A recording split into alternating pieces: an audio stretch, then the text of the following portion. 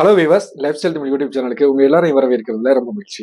இன்னைக்கு இந்த வீடியோல எதை பத்தி பார்க்க போறோம் அப்படின்னா, சில முக்கியமான தகவல்கள் என்னென்ன குவைத்துல அப்படின்றத இந்த வீடியோல பார்க்க போறோம். அதனால வீடியோவை கடைசி வரைக்கும் ஸ்கிப் பண்ணாம பாருங்க. அதுல முதலாவது பாத்தீங்கன்னா, பயோமெட்ரிக்கை பொறுத்த வரைக்கும் அதனுடைய டெட்லைன் வந்து அது கால கெடு வந்து முடிய போகுது அப்படின்ற மாதிரி பயந்துகிட்டு இருந்தோம். அதை எக்ஸ்டெண்ட் பண்ணி அறிவிச்சிட்டாங்க.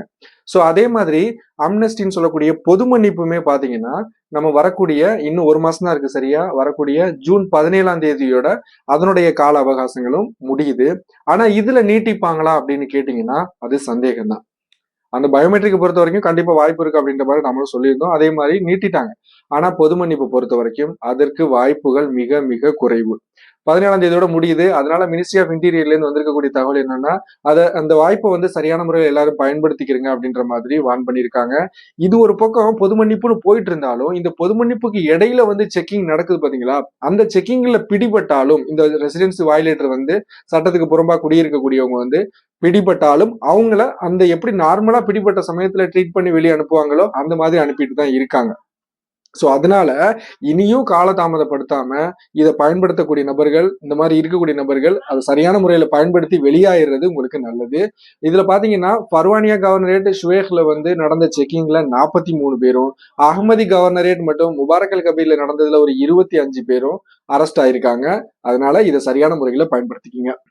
அடுத்து அதே மாதிரி குவைத் கவர்மெண்ட் வந்து எத்தியோப்பியாவில இருந்து ஆள் எடுக்கிறதுக்கு எம்ஓஇன்னு சொல்லக்கூடிய மெமரண்டம் ஆஃப் அண்டர்ஸ்டாண்டிங் அப்படின்னு சொல்லி அவங்க வந்து 2 நாடுகளுக்கு இடையான ஒப்பந்தங்களை சைன் ஆக போகுது. அது வரக்கூடிய மே 28ஆம் தேதியில இது சைன் ஆக போகுது. இதுல வந்து அந்த ஒர்க்கர்ஸுக்கு உண்டான சேலரி, அவங்களுக்கு உண்டான சர்வீஸ் காசு, லீவு, போக்குவரத்து இதெல்லாம் அதுல இடம்பெற்று இருக்கும் அப்படின்னு சொல்லியிருக்காங்க.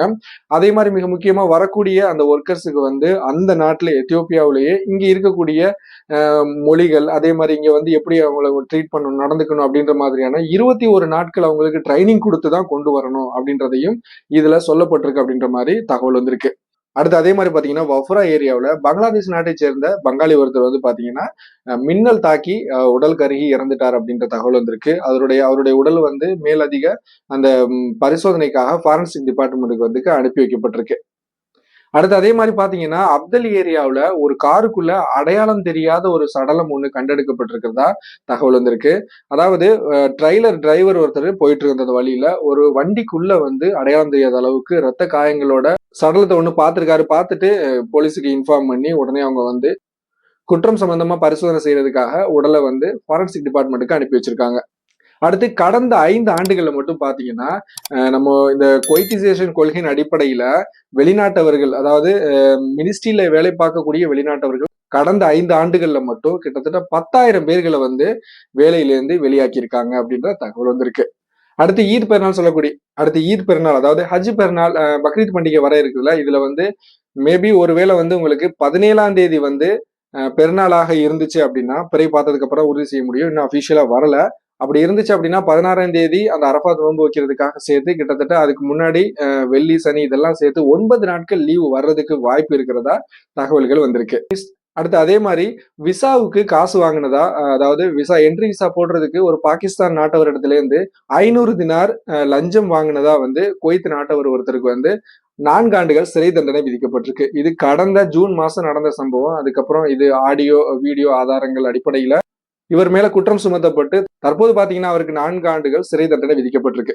அடுத்து அதே மாதிரி ஏற்கனவே அறிவிச்ச மாதிரி இப்போ வந்து புதிய கவர்மெண்ட் வந்து மன்னருடைய கீழே வந்து 13 அமைச்சர்கள் வந்து புதுசா தேர்ந்தெடுக்கப்பட்டு அதுக்குண்டான பேர்கள் லிஸ்ட் எல்லாம் நம்ம ஏற்கனவே வீடியோல போட்டிருந்தோம். நேத்து பாத்தீங்கன்னா அவங்களுக்கு உண்டான பதவி ஏற்பு விழா முடிஞ்சிருச்சு.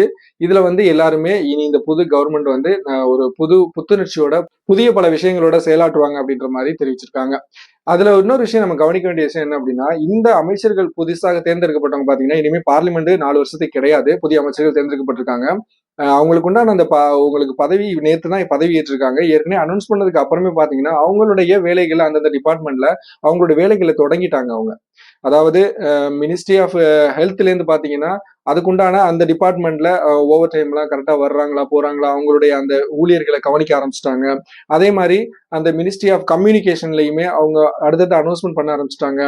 ஒவ்வொருத்தங்களும் நான் வந்து இதுக்கு பீரியாரிட்டி கொடுப்போம், இந்த இந்த விஷயத்துல நாங்க கவனிப்போம் அப்படின்ற மாதிரி ஒவ்வொருத்தங்களும் தனித்தனியா ஸ்டேட்மெண்ட் கொடுக்க ஆரம்பிச்சிட்டாங்க.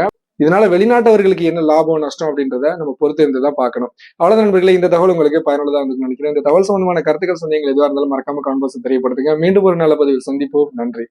லைக் பண்ணுங்க, ஷேர் பண்ணுங்க,